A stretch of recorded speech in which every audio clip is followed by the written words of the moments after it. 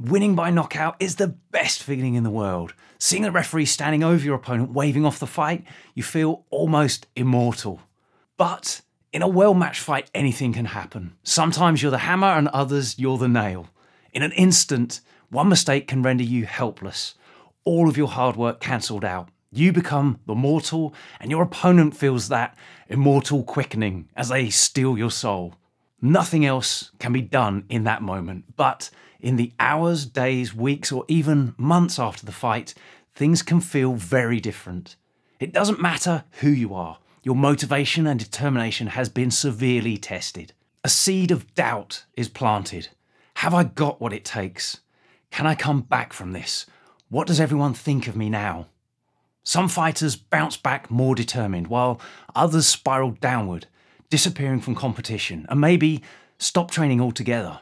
And while it's important to recognise when we're being our own worst enemy, there are also external factors that can make a huge difference to our motivation to come back stronger than ever, or to even come back at all. Fighters, welcome back to another episode of Heatrick Muay Thai Performance. In part 1, I broke down the different types of motivation, how they formed a spectrum from low to high self-determination, and how this affects your ability to grow from setbacks. Catch up on that now if you've missed it. And I promised that here in part 2, I'd share tools that shift you towards intrinsic motivation, that triggers your best performance and your most resilient determination. To do this, you must leverage your 3 innate psychological needs, a highly practical secret buried within self-determination theory. But first, it's important you know how your personality traits affect how volatile your motivation and self-determination will be. Knowing yourself better makes a huge difference to how you find your motivation and how easy you can expect to bounce back too. Although our personality traits can evolve over time, they are largely consistent and affect how we interpret the world around us and what really drives us. And knowing how you feel to the world and what drives your behaviour is a game changer. If knowledge is power, self-knowledge is a superpower. The research on the big 5 personality traits is extensive and sheds light on what makes you tick and, more importantly, what doesn't make you tick too. It exposes both your innate strengths and weaknesses. We're all equally cursed and blessed. Dropping any false bravado and recognising both your strengths and your natural flip side weakness is fundamental to performing at your best. We all sit on a spectrum between low and high neuroticism, a personality trait characterised by a tendency to experience negative emotions such as anxiety, worry, and self-doubt. And this affects not only our strengths and weaknesses, but also how we chase our goals. To find out where you sit on the spectrum, you can carry out an online Big 5 or Ocean personality test. The 16 personalities assertive to turbulent trait score correlates with this too. If you score as less neurotic or more assertive, then you're motivated to chase a positive goal, to achieve something good, and will naturally be inclined towards higher self-determination and intrinsic motivation, along with all the performance-enhancing benefits. If you score as more neurotic or more turbulent, then you're motivated to avoid failure, to avoid something bad, and will naturally be inclined towards lower self-determination, extrinsic motivation, and find it harder, but not impossible, to achieve intrinsic motivation. Being more neurotic or turbulent will drive you to high standards and to achieve excellence through hard work. But this can tip into maladaptive perfectionism, which stifles your best performance, as opposed to adaptive perfectionism, which is associated with better sport performance. Conversely, less neurotic, more assertive individuals can lack high enough standards. Remember, we're all equally cursed and blessed. High standards are good, but you must be motivated to achieve excellence through hard work aimed at realistic goals, while maintaining a perspective of failures and successes, being able to learn from your mistakes. Although all fighters experience imposter syndrome at some stage, that feeling that we fall short of what others believe us to be, we also must realise that having a more neurotic or turbulent trait makes imposter syndrome more likely, especially in high-stakes situations like fights. Recognising and understanding your own traits helps you navigate your own self-talk and motivation, steering away from your weaknesses and into your strengths. And if your coaches and teammates know you better too, they can avoid accidentally killing your momentum. Research shows that the secret to sustaining this momentum drive, or motivation comes from satisfying three innate psychological needs: the need for competence, autonomy, and relatedness. Get this right and everything changes. Life gets better, your results accelerate, and nothing can keep you down. But what do these three innate needs mean to your Muay Thai? And how can you leverage these as a fighter or a coach?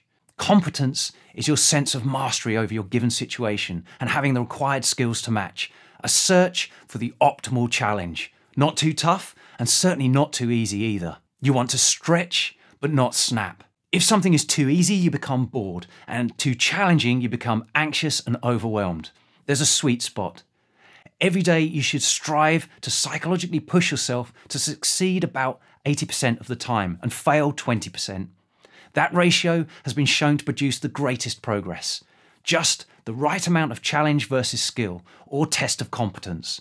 Playing it too easy will see you stagnating instead of growing. You can see that optimal competence doesn't mean always winning. You must be curious to discover where your current limits really are and be willing to fall over every now and then in order to push your limits out further instead of letting them shrink around you. You and your coach should strive to constantly build your Muay Thai skills, both technically and tactically, and to practice those to keep those skills sharp, especially the fundamentals. Keep those plates spinning. You should fight at an appropriate level for you. Anything from just sparring through to amateur fights, pro fights, up to title fights. Whatever level makes you stretch but not snap. Don't play it too safe to protect a fight record that doesn't represent your true ability. Identify what will both bolster your shortcomings and amplify your strengths. Set relevant targets and then get to work. Adopt an attitude of try it out. But ultimately, feelings of competence don't enhance intrinsic motivation unless it's accompanied with autonomy or an internal locus of control. Autonomy is a sense of making your own choices, steering your own ship. Not to be confused with acting selfishly, rather it's acting through your own choice. Well-meaning but authoritarian coaches can fail to foster autonomy in their fighters and students. Good coaching encourages and inspires rather than dictates and manipulates fighters into action. Autonomy doesn't mean you need to act independently of the desires of others. It means acting with a sense of choice, using your own will, even if doing so means complying with the wishes of others. For example, a coach may ask a fighter to carry out extra running outside of Muay Thai sessions in the lead up to a fight. However, if the fighter believes in this and agrees to do so because it matches their own goals and values, then the need for autonomy is satisfied. On the other hand, if the fighter would rather rest up and feels forced to run, autonomy is killed off. Coaches must inspire a purpose behind every action. Educating fighters with the why behind their training is as critical as what to do and when to do it. Armed with the purpose behind every action, fighters can feel how it links to their values and goals, and autonomy is fostered instead of resistance. Frame feedback as constructive, aligned with the values and goals instead of criticism. Consider where you think this person is on the neuroticism scale and how they're likely to interpret your feedback however you intended it to be received. Make recommendations that allow fighters to pick what suits them best. For example, suggest 1 to 3 cardio sessions each week, allowing them to dial it up or down as they see fit. Encourage a fighter to develop their own fight style that suits their own preferred ranges, long, medium, close, or clinch, and their own fight modes, aggressive, elusive, tricky, or counter. Generally, support fighters in setting their own goals and making decisions about their training or competition schedule. And this support crosses over into the final psychological need, relatedness. Relatedness is the feeling of being connected, valued, and loved by others, and connecting, valuing, and loving others too. It's being part of a like-minded group or community that shows an interest in each other's activities. It's the security of having those that you can trust and that trust you. Those relationship attachments, like parents, family, friends, teammates, and coaches. It's having relevant role models that display the characteristics and take the actions that you deem valuable, that your community and social groups deem valuable.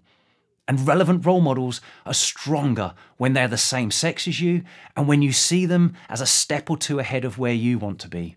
A positive and supportive training environment with coaches and teammates that want each other to succeed will increase the confidence and motivation and boost performance of everyone in the gym. Negative members, especially if they're high performing, will rot your environment and hold everyone back. Those folks will cut everyone else down in order to appear superior.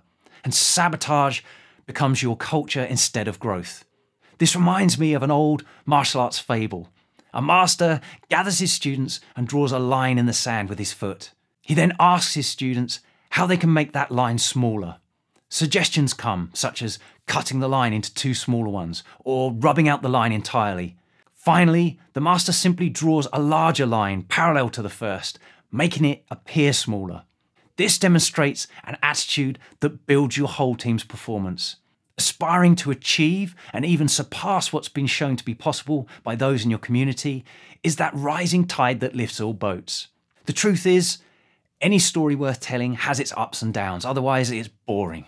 And the comeback is a classic tale. Embrace your setbacks as crucial parts of your own tale that make your successes earned and not expected. Make it your goal to understand yourself and recognize how perfectionism can hold you back if you can't allow yourself to be seen to come up short. Be curious. Where are your real limits and push them out further by taking on challenges that stretch your skills and competence. Accept responsibility for establishing your own goals and making your training schedule and Muay Thai practice fit you. Be inspired by others further ahead of you and inspire others that see you as a role model for their next step too, because you are. Thanks for listening. If you found this valuable, please like, subscribe, and share with someone else it could help too. Please give the podcast a review or comment below. We'd love to hear from you.